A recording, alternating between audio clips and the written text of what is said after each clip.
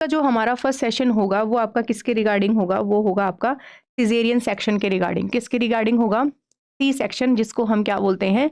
Caesarean section. क्या बोलते हैं? Caesarean section.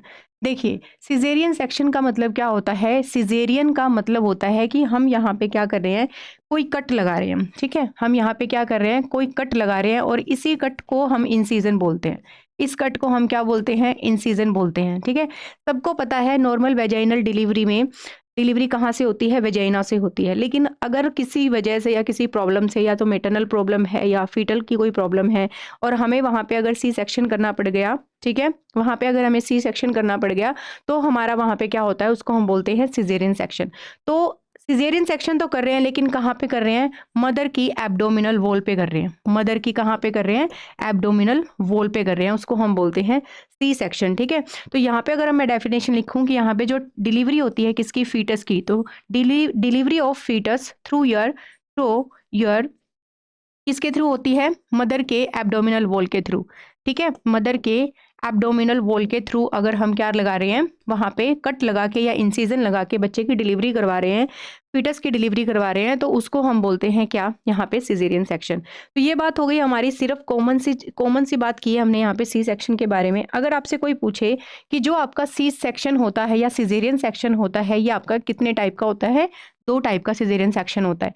एक सिजेरियन सेक्शन को हम क्लासिकल सिजेरियन सेक्शन बोलते हैं, क्लासिकल सिजेरियन सेक्शन बोलते हैं, और एक को हम lower uterine segment caesarean section बोलते हैं, ठीक है। तो एक को हम क्या बोलते हैं यहाँ पे? क्लासिकल सिजेरियन सेक्शन बोलते हैं, और दूसरे को हम बोलते हैं लोअर सेगमेंट। क्या बोलते हैं? Lower segment. इसका मतलब मैं बताऊंगी आप लोगों को कि सिजेरियन सेक्शन में क्या होता है। क्लासिकल को ही हम और किस किस नाम से जानते हैं? That is upper, that is इसको हम अपर सेगमेंट सिजेरियन सेक्शन भी बोल सकते हैं, अपर सेगमेंट। अब जिन बच्चों को अगर इंग्लिश में प्रॉब्लम हो रही है, तो मैं आपको एक डायग्राम बना के बता देती हूँ कि हम किसको तो क्लासिकल सिजेरियन सेक्शन बोल रहे हैं, या इसी को हम अपर सेगमेंट सिजेरियन बोल रहे हैं, और किसको हम लोअर सेगमेंट सिजेरियन सेक्शन बोल रहे हैं, ठीक है। तो इसको मैं एक चीज एक वो है डायग्राम से समझा देती हूँ। देखिए, ये है आपका यूट्रस, ये है आपका यूट्रस, ठीक है। ये यूट्रस हमने कितने बना लिए? यहाँ पे 2 यूट्रस बना लिए। अब देखो, जो आपका क्लासिकल सिजेरियन सेक्शन होता है ना, उसमें हमेशा जो इंसिजन लगेगा ना, कट लगेगा, हमेशा वो वर्टिकल लगता है। क्या लगता है? वर्टिकल लगता है। यहाँ पे आप मान लो सिम्फाइसिस प्यूबिस है, ये आपकी कौन सी बोन है? आपकी सिम्फाइसिस प्यूबिस है। क्या है? Symphysis pubis. तो क्लासिकल और आपका जो कौन सा होता है? क्लासिकल या अपर यूट्राइन सेगमेंट होता है, इसमें आपका कौन सा कट लगता है? यहाँ पे वर्टिकल कट लगता है। ये बात या ध्यान रखना, वर्टिकल का मतलब क्या होता है? सीधा कट लगता है, ऐसे ऐसे सीधा कट लगता है, ठीक है। मतलब यूट्रस होगा, यूट्रस के बिल्कुल सीधा कट लगाते हैं हम यहाँ पे, उसको हम बोलते हैं वर्टिकल। और अगर मैं यहाँ पे बात करूँ सिम्फाइसिस प्यूबिस से जस्ट अबो 3 सेंटीमीटर, ठीक है, किससे? आपकी जो सिम्फाइसिस प्यूबिस बोन है, उस सिम्फाइसिस प्यूबिस से 3 सेंटीमीटर ऊपर अगर यहाँ पे क्या लग रहा है? कट लग रहा है ना, उसको हम क्या बोलते हैं? इसको हम बोलते हैं क्या? यहाँ पे हॉरिजॉन्टल कट भी बोलते हैं हम इसको, ठीक है। ये क्या क्या हमने क्या किया है? हॉरिजॉन्टली लगाया, तो इसको हम हॉरिजॉन्टल कट बोल सकते हैं, या फिर यहाँ पे लोअर लोअर सिजेरियन सेक्शन भी हम बोलते हैं। LSCS आप जिसको बोलते हो ना, LSCS कर दिया, तो LSCS हमारा जो है यहाँ पे लोअर सेगमेंट सिजेरियन सेक्शन भी हम इसको बोलते हैं। इन दोनों में आपको वर्टिकल और वर्टिकल जो है आपने जो कट लगाया है, यानी कि जो आपका क्लासिकल वाला है और जो आपका लोअर यूट्राइन सेगमेंट है, इन दोनों में आपको एक चीज़ ध्यान रखनी है। अगर ये वाला कट लगेगा तो यहाँ पे ब्लड लॉस ज़्यादा होगा, खून का जो है आपका खून की कमी हो जाएगी, क्योंकि लॉस ज़्यादा होगा खून का, ठीक है। यहाँ पे आपका जो है ब्लड लॉस कम होगा, क्योंकि यहाँ पे हॉरिजेंटल लगाया है। दूसरी बात अगर मैं करूँ तो वर्टिकल के अंदर यहाँ पे ब्लड लॉस ज़्यादा भी होगा, और यहाँ पे आपका जो हीलिंग होता है, क्योंकि देखो अगर मान लो मेरे को यहाँ पे कट लग जाए हाथ पे, तो मेरी बॉडी के अंदर जितने भी अमाउंट ऑफ यहाँ पे टिश्यू को रिपेयर करने के लिए जितने भी प्रोटीन है, एंजाइम्स हैं, ठीक है, जो हमारे टिश्यूज़ के जितने भी हमारे क्या करते हैं, टिश्यू को रिपेयर करते हैं, तो वुंड हीलिंग बोलते हैं इसको। तो जितनी अच्छी वुंड हीलिंग मेरे पास होगी, उतनी जल्दी मेरा घाव भरेगा। तो ये अगर आपने वर्टिकल इंसिजन लगाया है अगर किसी सिजेरियन सेक्शन में, तो यहाँ पे वुंड हीलिंग बहुत टाइम लगाती है। क्या लगाती है? वुंड हीलिंग बहुत टाइम लगाती है। और अगर हमने कौन सा हॉरिजेंटल लगवाया है, लोअर यूट्राइन सेगमेंट का सिजेरियन लगाया है, तो वहाँ पे वुंड हीलिंग जल्दी होती है, क्योंकि यहाँ पे पेट ऐसे फटेगा, यहाँ पे पेट का जो काटा है हमने, ये इस तरीके से खुलेगा, तो इसको बार बार जो कफ आएगी या कुछ भी प्रॉब्लम होगी, मूवमेंट करेगी फीमेल, तो यहाँ पे वुंड बार बार ये जो यहाँ पे अगर हम यहाँ पे स्टिचेस लगाएंगे ना, तो इनमें इन स्टिचेसों में क्या होगा? यहाँ पे हीलिंग जल्दी नहीं होगी। ठीक है, ये बात समझ में आ गई। लेकिन इसके अंदर आपका लोअर सेगमेंट सिजेरियन सेक्शन के अंदर देखो एक चीज़ होती है कि यहाँ पे जो हमारे स्टिचेस लगते हैं, यहाँ पे जो हमारे स्टिचेस लगते हैं, यहाँ पे हमारा क्या होता है, जब भी हम जो है ऐसे बेंड भी करेंगे तो भी जो सिजेरियन हमारा नीचे की तरफ होगा तो वो उतनी जल्दी हमारा क्या कर रहेगा, उस पर प्रेशर रहेगा, उस इन सूचरों पे एब्डोमिनल प्रेशर रहेगा, जिसकी वजह से ये हीलिंग में भी हमारे जो है ज़्यादा इंप्रूवमेंट होगी। एक चीज़ ये ध्यान रखना कि अगर वर्टिकल सी सेक्शन की यहाँ पे हम बात कर रहे हैं, गुड मॉर्निंग बेटा, अगर हम यहाँ पे वर्टिकल सी सेक्शन की यहाँ पे बात कर रहे हैं तो यहाँ पे आगे जाके जो है अगर हमने दोबारा सिजेरियन सेक्शन करवाना पड़ा तो यहाँ पे यूट्राइन रप्चर होने के चांसेस ज़्यादा हैं। तो ये चीज़ भी आपको ध्यान रखनी है कि यहाँ पे यूट्राइन रप्चर जल्दी से हो जाएगा। लेकिन गुड मॉर्निंग बेटा, गुड मॉर्निंग सरिता, लेकिन यहाँ पे हमारा जो लोअर सेगमेंट सिजेरियन सेक्शन होता है, यहाँ पे हमारे यूट्राइन अगर दोबारा भी इसका CS करवाना पड़ा फीमेल का तो यहाँ पे यूट्राइन सेगमेंट के जो है आपके जो यूट्राइन सेगमेंट है यानी कि जो लोअर वाला साइड है, ठीक है, इसको लोअर सेगमेंट बोलते हैं, इसको अपर सेगमेंट बोलते हैं। तो यहाँ पे यूट्राइन रप्चर होने के चांसेस बहुत कम होते हैं।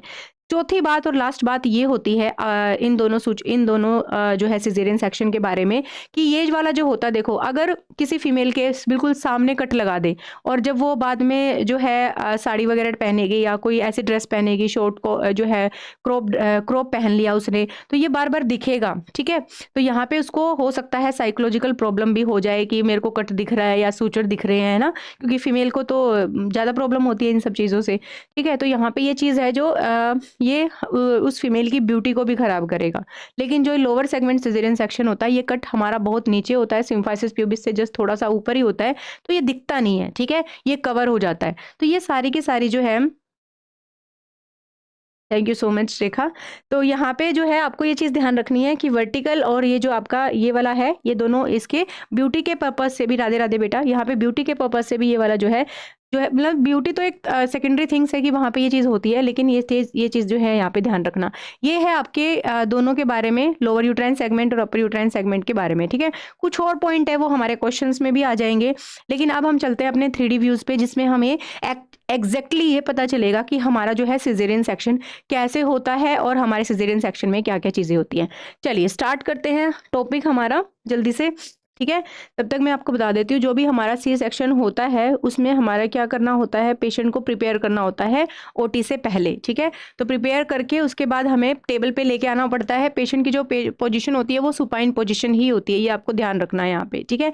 तो चलिए बात करते हैं हमारे C सेक्शन की। देखिए सबसे पहले जब भी हम पेशेंट को प्रिपेयर करते हैं, यहाँ पे प्रिपेयर करने के साथ साथ हमें यहाँ पे क्या करना होता है, पेशेंट का पूरा एरिया कवर करना होता है। सिर्फ वो जो एरिया हमें चाहिए, जिस एरिया में हमें कट लगाना है ना, सिर्फ उस एरिया को हम क्या करते हैं, यहाँ पे सिर्फ उस एरिया को हम एक्सपोज करते हैं या देखते हैं, क्योंकि हमें उसी एरिया में क्या करना है, वहाँ पे हमें इंसिजन लगाना है। तो सबसे बाहर वाली जो होती है पेशेंट की, उससे पहले हमें क्या करना होता है, स्टीराइल करना होता है ये सारा एरिया बीटाडिन से, ठीक है। और ये जो है पूरा का पूरा आप लोगों को पता है एक तरह का जो है ये ऑपरेशन है, तो यहाँ पे सारी चीज़ें स्टीराइल तरीके से की जाएंगी।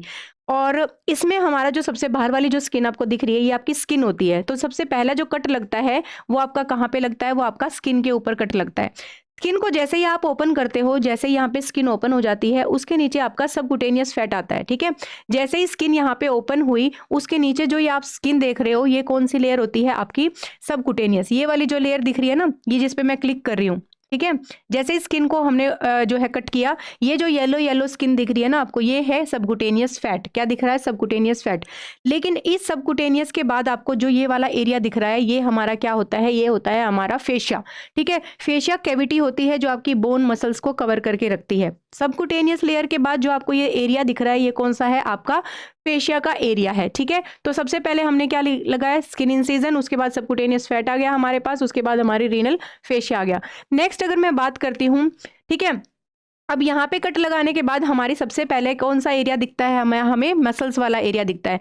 तो ये क्या है, यहाँ पे लेयर बाय लेयर यहाँ पे क्या किया जा रहा है, लेयर बाय लेयर यहाँ पे हमारा क्या किया जा रहा है, यहाँ से ओपन किया जा रहा है किसको, मदर के एब्डोमेन को, ठीक है। सबसे पहले रेक्टल फेशिया हुई, फिर एब्डोमिनल मसल्स आई, फिर हमने पेरिटोनियम को ओपन किया।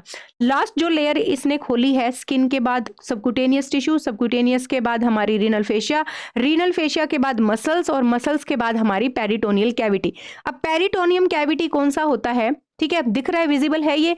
पेरिटोनियल कैविटी कौन सी होती है, जो हमारी एब्डोमिनल कैविटी से लेके हमारे जितने भी जीआई सिस्टम है उसमें कवर होते हैं। ठीक है, तो जो लास्ट वाली कैविटी यहाँ पे ये आपको दिख रही है ना, ये आपको कौन सी दिख रही है, ये आपको दिख रही है पेरिटोनियल कैविटी। ठीक है, ये कौन सी दिख रही है आपकी, पेरिटोनियल कैविटी। तो इस पेरिटोनियल कैविटी को भी हम क्या करेंगे, यहाँ पे अब इंसिजन लगाएंगे।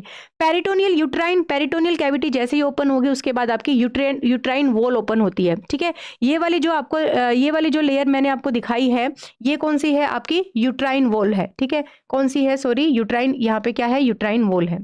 चलिए, अब इस जैसे ही ये यूट्राइन वॉल को हमने ओपन किया, जैसे ही हमने यूट्राइन वॉल को ओपन किया, यूट्राइन वॉल ओपन होने के बाद ही बच्चे का क्या दिखाई देगा, वहां पे बच्चे का हेड दिखाई देता है। ठीक है, लास्ट जो लेयर होगी वो कौन सी होगी, आपकी यूट्राइन वॉल होती है।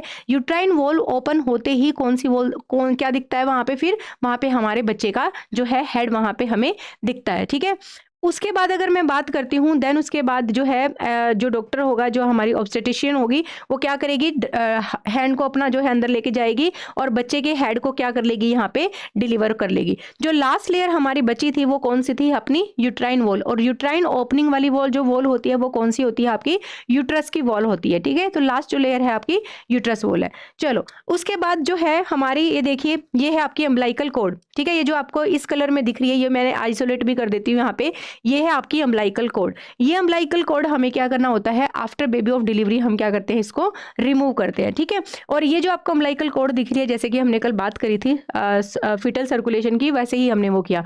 तो हमने क्या किया, बच्चे को यहाँ पे डिलीवर करवा लिया। अब यहाँ पे हमारा क्या बचा है, प्लेसेंटा। ठीक है, ये हमारा प्लेसेंटा बचा है। प्लेसेंटा को भी हमें क्या करवाना होता है, फिर रिमूव करवाना होता है। उसके बाद हम धीरे से क्या करेंगे, एक हैंड से हम क्या करेंगे, यहाँ पे, गुड मॉर्निंग बेटा, यहाँ से हम क्या करेंगे, धीरे से प्लेसेंटा को क्या करवा लेंगे, यहाँ से रिमूव करवा लेते हैं। ठीक है, तो ये वाला जो जो आपको दिख रहा है, ये हमारा क्या होता है, ये हमारा डोएंस रिट्रैक्टर होता है। ये जो आपको ये इंस्ट्रूमेंट दिख रहा है यहाँ पे, ये, हाँ, ये वाला, ये आपका डोएंस रिट्रैक्टर होता है। और अगर आप इस डोएंस रिट्रैक्टर को हम यूज करते हैं ताकि जो एब्डोमिनल वॉल होती है वो और ज्यादा क्या हो जाए, वहां से ओपन हो जाए। ठीक है, तो ओपनिंग के लिए हम यहाँ पे क्या करते हैं, डोएंस रिट्रैक्टर का यूज करते हैं।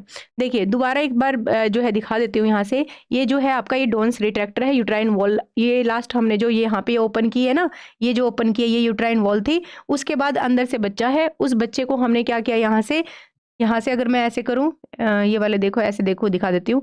धीरे से क्या किया, यहाँ से हैंड को प्लेस किया और वापस से क्या कर लिया, यहाँ से बच्चे को क्या कर लिया, धीरे से, एक हाथ हमारा बच्चे के यहाँ पे होता है, दूसरा यहाँ पे असिस्टेंट होता है, हमने क्या किया, यहाँ से निकाल लिया। अब इसमें देखो, जैसे ही बच्चे की यहाँ से डिलीवरी हुई, डिलीवरी होने के बाद हमने क्या किया, फिर उसके बाद हमने धीरे से हैंड डाला और हैंड डाल के यहाँ से क्या कर लिया, प्लेसेंटा का, बच्चा क्यूट है, प्लेसेंटा को हमने यहाँ पे क्या कर लिया, रिमूव कर लिया। ठीक है, लास्ट हमारा क्या प्रोसीजर होता है, उसके बाद हम यूट्राइन वॉल को सबसे पहले सूचर करेंगे। यूट्रस को हमने सबसे पहले यहाँ पे सूचर किया है। ठीक है, ये जो आपको दिख रहा है, ये सारे के सारे जो है आपका सबसे अंदर वाली लेयर थी यूट्राइन वॉल, और यूट्राइन वॉल के बाहर हमने क्या किया, यहाँ सबसे पहले सूचर कर दिया। ठीक है, तो सबसे पहले यूट्राइन वॉल को हम सूचर करते हैं। उसके बाद हम जो हमारी एब्डोमिनल मसल्स की थी, रीनल फेशिया था, उसको हमने सूचर किया। फिर हमने यहाँ पे एक्चुअली वर्टिकल सूचर लगाया हुआ है, फिर हमने रेक्टस फेशिया का सूचर किया यहाँ पे, और देन उसके बाद हम लास्ट में क्या करते हैं, यहाँ पे लास्ट में हमने स्किन पे सूचर लगा दिया। ठीक है, लास्ट जो है हमारी क्या है, लास्ट है हमारी जो स्किन को हमने क्या कर दिया, हमें बंद कर दिया। तो लास्ट ये सूचर जो है, देखो, ये वाले सूचर जो है ना, ये सूचर लगाए हैं हॉरिजेंटली, ये सूचर जो लगाया है हॉरिजेंटली, या हम इसको ये भी बोल सकते हैं कि ये हमारा कौन सा सिजेरियन सेक्शन था, लोअर सेगमेंट सिजेरियन सेक्शन। क्या था हमारा, लोअर सेगमेंट। तो अब देखो, अगर इस तरीके से अगर हमने क्या किया है, सूचरिंग की है, एक सेकेंड, इस तरीके से हमने अगर हॉरिजेंटली सूचर लगाया है यहाँ पे, ये वाला, तो यहाँ पे ज़्यादा जो है, यहाँ पे एब्डोमिनल प्रेशर रहता है। तो एब्डोमिनल प्रेशर रहने की वजह से यहाँ पे क्या होता है, ब्लीडिंग के चांसेस कम होते हैं, ब्लड लॉस कम होता है। Good morning Trisha. अगर ब्लड लॉस यहाँ पे कम होगा, तो ब्लड लॉस कम होने की वजह से यहाँ पे पेशेंट के अंदर फर्दर यूट्राइन रप्चर होने के चांसेस भी यहाँ पे कम होते हैं। ठीक है, तो ये था हमारा किसके बारे में, ये था हमारा सारा का सारा, हमने किसके बारे में देखा, सिजेरियन सेक्शन के बारे में देखा, जिसको हम बोलते हैं lower segment caesarean section. Hope आप लोगों को जो है ये वीडियो जो है अच्छी लगी होगी और समझ में आ गई होगी। ठीक है, चलिए अब हम नेक्स्ट टॉपिक की बात करते हैं। नेक्स्ट टॉपिक है हमारा एक्टोपिक प्रेगनेंसी। नेक्स्ट टॉपिक है हमारा एक्टोपिक प्रेगनेंसी। ठीक है, एक्टोपिक प्रेगनेंसी के बारे में वैसे हम जो है उसमें क्वेश्चन एक्टोपिक प्रेगनेंसी के बारे में हम बात करेंगे, लेकिन मैं एक बार बता देती हूँ कि क्या होता है एक्टोपिक प्रेगनेंसी का मतलब क्या होता है। देखिए, नॉर्मली हमारी जो इम्प्लांटेशन होती है सबको पता है, जैसे कि मैंने आपको प्रोसेस बताई थी पूरी की पूरी, 1 सेल से 2 सेल बनते हैं, 2 से 4 सेल बनते हैं, देन उसके बाद हमारी क्या बनती है, फैलोपियन ट्यूब में 16 सेल मोरुला बनती है। ठीक है, तो मैं यहीं से समझा देती हूँ एक बार हमारी जो है यहाँ पे लेके इसको, अगर मैं 1 मिनट, तो यहाँ पे अगर मैं बात करती हूँ हमारी फैलोपियन ट्यूब की, देखिए ये आपका यूट्रस है, यूट्रस के यहाँ पे आपकी क्या है, फैलोपियन ट्यूब है। सबको पता है फैलोपियन ट्यूब के 4 पार्ट होते हैं। ठीक है, ये मैं आपको समझा भी देती हूँ।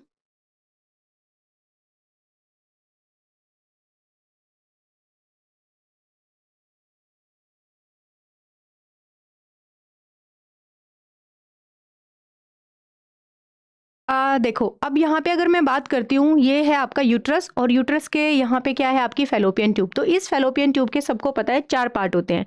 ये वाला पार्ट होता है आपका जो नियर टू द यूट्रस होता है, इंटरस्टिशियल पार्ट। देन उसके बाद आपका इस्थेमस पार्ट होता है, ये आपका पूरा का पूरा एम्पुला वाला पार्ट होता है। ठीक है, अगर मैं यहाँ पे लिखना भी चाहूँ तो ये आपको सबको पता है, ये वाला पार्ट कौन सा होता है, आपका इंटरस्टिशियल होता है। ठीक है, कौन सा होता है, इंटरस्टिशियल। ये वाला पार्ट होता है आपका इस्थेमस का, कौन सा पार्ट होता है आपका, इस्थेमस का। और ये वाला जो पार्ट होता है ये होता है आपका एम्पुला पार्ट, कौन सा पार्ट होता है, एम्पुला। और लास्ट वाला पार्ट होता है आपका इनफंडिबुलम, क्या होता है, इनफंडिबुलम। ठीक है, तो एक्टोपिक प्रेगनेंसी का मतलब आप सबको पता है, what is ectopic pregnancy. Ectopic pregnancy के अंदर आपका नॉर्मली जो इम्प्लांटेशन था वो कहाँ होता है, वो यूट्राइन पोस्टीरियर अपर यूट्राइन वॉल में होता है। सबको पता है कौन से जंक्शन पे होता है, आपका जंक्शन फंडस और आपके जो फंडस और बॉडी के बीच जो जंक्शन होता है वहां पे आपकी नॉर्मल इम्प्लांटेशन होती है। ठीक है, तो यहाँ पे इम्प्लांटेशन होनी थी यूट्रस के अंदर, लेकिन अब इम्प्लांटेशन यूट्रस के अंदर ना होके हमारे कहाँ पे हो गई है, एम्पुलरी रीजन में हो गई है। तो एक्टोपिक प्रेगनेंसी आपकी 2 टाइप की होती है, एक होती है इंट्रायूट्राइन और एक होती है आपकी एक्स्ट्रा यूट्राइन। इंट्रायूट्राइन का मतलब है अगर एक्टोपिक प्रेगनेंसी कहाँ पे हो जाए, अगर यूट्रस के अंदर हो जाए।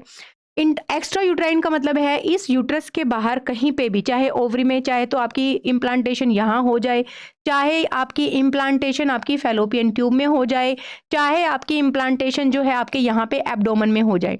तो अगर आपकी जो नॉर्मल इम्प्लांटेशन थी उस नॉर्मल इम्प्लांटेशन के अलावा कहीं पे भी अगर इम्प्लांटेशन हो जाए, किसका इम्प्लांटेशन होता है, ब्लास्टोसिस्ट का इम्प्लांटेशन होता है। ठीक है, मैंने ये चीज़ पहले भी बताई थी कि आपकी फैलोपियन ट्यूब के अंदर, इस फैलोपियन ट्यूब के अंदर आपका क्या होता है, सबसे पहले मोरुला ट्रांसफर होता है, यूट्रस से आपका मोरुला ट्रांसफर होता है।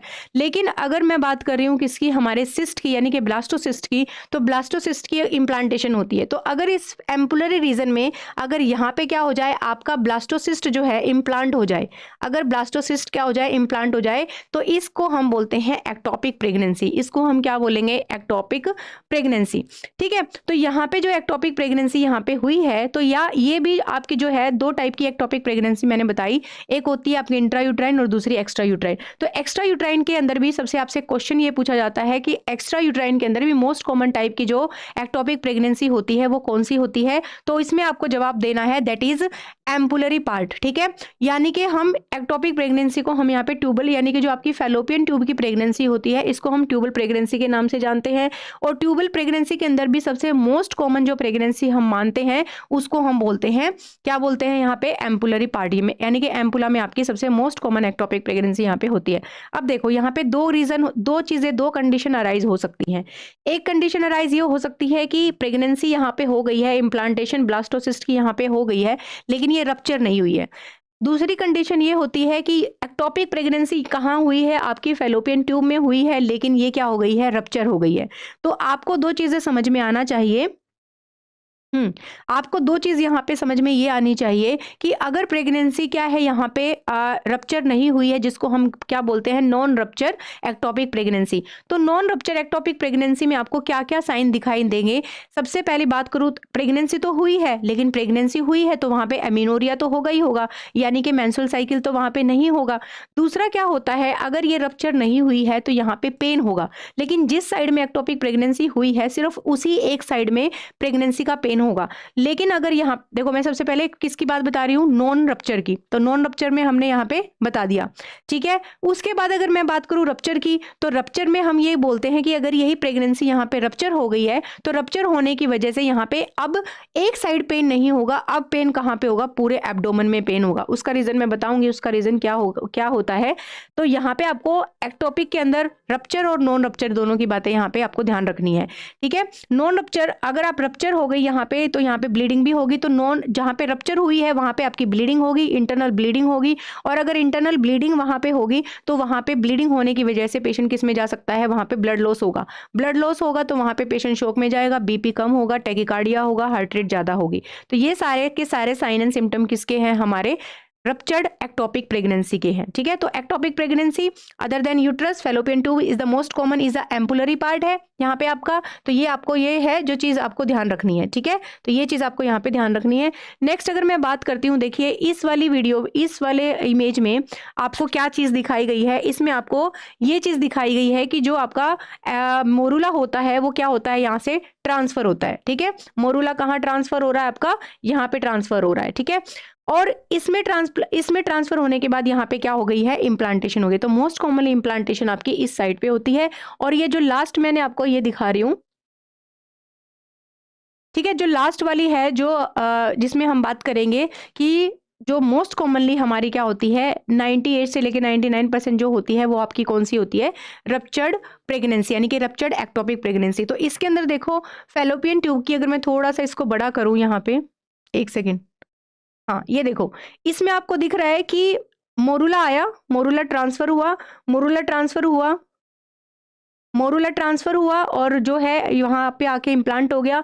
लेकिन धीरे धीरे यहाँ पे देखो, यहाँ पे सॉरी सॉरी सॉरी, यहाँ पे धीरे धीरे क्या हुआ, ये बड़ा हुआ, फैलोपियन ट्यूब बड़ी हुई, क्योंकि बच्चा क्या करेगा, ग्रो करेगा। और जैसे जैसे बच्चे की ग्रोथ हुई, वैसे वैसे ग्रोथ होने की वजह से वहां पे क्या हुआ, वो रप्चर हो गई। तो इस वाली कंडीशन को हम बोलते हैं रप्चर्ड एक्टोपिक प्रेगनेंसी। तो वॉइस नहीं आ रही है, ठीक है, तो अभी आ रही है, एक बार बताओ जल्दी से। तो यहाँ पे क्या हुआ, ये रप्चर्ड एप्टोक, इसको हम बोलते हैं। अब देखो, ये अगर यहाँ से रप्चर्ड हुआ और ये यहाँ पे ब्लीडिंग हुई, तो ये ब्लीडिंग आपकी कहाँ पे है, पेरिटोनियल कैविटी में। ये आपको जो कैविटी दिख रही है ना, ये खाली जगह, ये आपका पेरिटोनियम है। तो अगर यहाँ पे ब्लीडिंग हुई, ठीक है, ये आपका एरिया कौन सा है, पेरिटोनियम का है। तो अगर यहाँ पे ब्लीडिंग हुई, तो ये ब्लीडिंग कहाँ पे जाएगी, चारों तरफ फैल जाएगी, और चारों तरफ फैल के हमारा कहाँ पे होता है, डायफ्राम होता है ऊपर, और वो ब्लीडिंग जाके डायफ्राम को भी इरिटेट करती है। उसके बाद शोल्डर पेन शुरू होता है। इसमें आपको रप्चर्ड एक्टोपिक प्रेगनेंसी में आपको ध्यान रखना, पेन आपके पूरे एब्डोमेन में होगा, एमिनोरिया होगा, लेकिन इसके अंदर सीवियर पेन होगा, इंटरनल ब्लीडिंग हो रही है, उसकी वजह से वहां पे पेशेंट को बीपी क्या हो सकता है, लो हो सकता है। और अगर बीपी लो हुआ तो उसको कंपनसेट करने के लिए हार्ट क्या करेगा, अपना रेट बढ़ा देगा, यानी कि टैकीकार्डिया होगा, कुछ टाइम तक टैकीकार्डिया होगा, उसके बाद पेशेंट किस में चली जाएगी, शॉक में चली जाएगी, ठीक है। तो यहाँ पे हमारा ये डिफरेंस था किसका, एक्टोपिक प्रेगनेंसी का, रप्चर्ड और नॉन रप्चर्ड। फिर हमने इसके लिए बात की कि इंट्रा यूट्राइन होता है और एक्स्ट्रा यूट्राइन होता है, ठीक है। अब चलते हैं हमारे क्वेश्चंस पे, ठीक है। समझ आ गई होगी आपको इन वीडियो के थ्रू। और देखो इस वाले इमेज के अंदर आपको जो है साइन एंड सिम्टम बता रखे हैं यहाँ पे, ठीक है।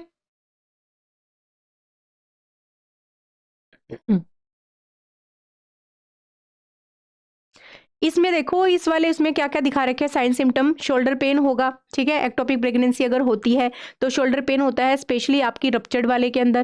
ब्रेस्ट टेंडरनेस मिलेगी इसमें, ठीक है। आपका जो है पेल्विक बैग और एब्डोमिनल पेन मिलेगा, और एक्टोपिक प्रेगनेंसी फैलोपियन ट्यूब। अब देखो मैं आपको एक चीज दिखा रही हूँ यहाँ पे, जो है ये वाला जो इमेज है, यहाँ पे देखो डायफ्राम जो है, एक सेकेंड, डायफ्राम मैं आपको दिखा देती हूँ एक बार कहाँ पे होता है हमारा डायफ्राम, जिससे आपको जो है पता चल जाए, ठीक है। एब्डोमिनल एओर्टा है इसमें, ठीक है। डायफ्राम इसमें नहीं दिखा रखा, तो मैं आपको यहाँ पे इमेज यहाँ से बता देती हूँ। ये है आपका यहाँ पे डायफ्राम, ये क्या है, डायफ्राम। तो जब भी आपकी ये ब्लीडिंग होगी, तो ये ब्लीडिंग आके कहाँ आ जाएगी, आपके डायफ्राम पे, यानी कि पेरिटोनियल कैविटी में यहाँ पे आ जाती है। और ये ध्यान रखना कि आपके शोल्डर को और आपके डायफ्राम को आपकी फ्रेनिक नर्व होती है, एक क्या होती है, आपकी फ्रेनिक नर्व होती है, जो हमारी कौन सी होती है, C3 C4 और C5। तो आपकी ये फ्रेनिक नर्व जो होती है C3, C4, C5, ये दोनों के दोनों आपके डायफ्राम को भी सप्लाई करती है और सेम नर्व आपके शोल्डर को भी सप्लाई करती है। तो अगर रप्चर्ड हुई एक्टोपिक प्रेगनेंसी तो आपके डायफ्राम को इरिटेट करेगी और इरिटेट करेगी तो ये नर्व भी इरिटेट होगी C3, C4, C5, और अगर ये नर्व इरिटेट होगी तो आपको जो है शोल्डर पेन भी होगा। ठीक है, तो ये था हमारा टॉपिक किसके बारे में, हमारे CS के बारे में और हमारे एक्टोपिक प्रेगनेंसी के बारे में। चलिए